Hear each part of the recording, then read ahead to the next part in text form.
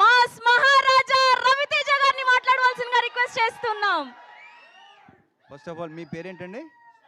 Sravanthi. Hello everybody. మీరు కూడా చాలా ఎనర్జెటిక్గా ఉన్నారండి. ఆ వాయిస్ మొత్తం అంతా సూపర్గా ఉంది. సో ఎలా ఉంది ట్రైలర్? ఎలా ఉంది మీకు? అంటే ఈసారి సరదాగా పండగకి గోల్ చేద్దాం, అందరం బాగా ఎంటర్టైన్ అవుదాం.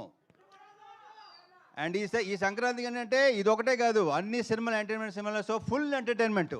ఈ సంక్రాంతి టోటల్గా ఎంటర్టైన్మెంట్ సంక్రాంతి అవుద్దని నా ప్రగాఢ నమ్మకం. So thank you so much. And ఇందాక క్వశ్చన్స్ వేశారు కదా అందరినీ మీరు. నేను ఎవరిని కాదు, ఒక్కరిని ఒకే ఒక క్వశ్చన్ వేస్తాను. మూర్తి గారు ఎవరిని నేను ఓన్లీ మూర్తి గారు.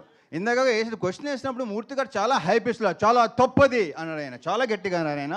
ఒకటి చెప్పండి మూర్తి గారు, బీ ఆనెస్ట్.